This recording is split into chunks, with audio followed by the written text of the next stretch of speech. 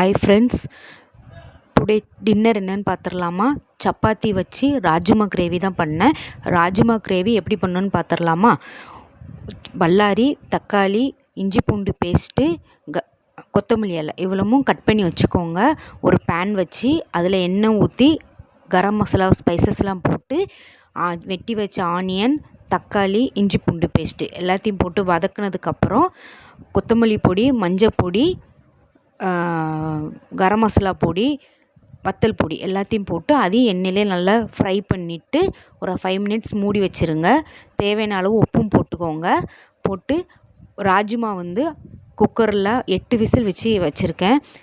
எனக்கு 8 விசில் வச்சா தான் வேகும். உங்களுக்கு எவ்வளோ வேகணுமோ வேக வச்சுக்கோங்க. வேக வச்சுட்டு அந்த தண்ணியோடு அப்படியே ஊற்றிட்டு அந்த தண்ணி கொஞ்சம் வத்துற அளவுக்கு மூடி வச்சுருங்க. வற்றுனதுக்கப்புறம் தேவையான அளவு கொத்தமல்லி இலை, அப்புறம் லாஸ்ட்டாக கொஞ்சோண்டி பட்ரு போட்டுக்கோங்க. பட்ரு போட்டால் இன்னும் கொஞ்சம் டேஸ்ட்டு வரும். அதனால் நான் போட்டிருக்கேன். போட்டால் அவ்வளோதான். அப்படி கிண்டாமல் மூடி வச்சு திரும்ப ஓப்பன் பண்ணி சாப்பிட்டிங்கன்னா சப்பாத்தி, நான் எல்லாத்துக்குமே நல்லாயிருக்கும். பிடிச்சிருந்தால் லைக் பண்ணுங்கள், ஷேர் பண்ணுங்கள், சப்ஸ்கிரைப் பண்ணிக்கோங்க. தேங்க்யூ.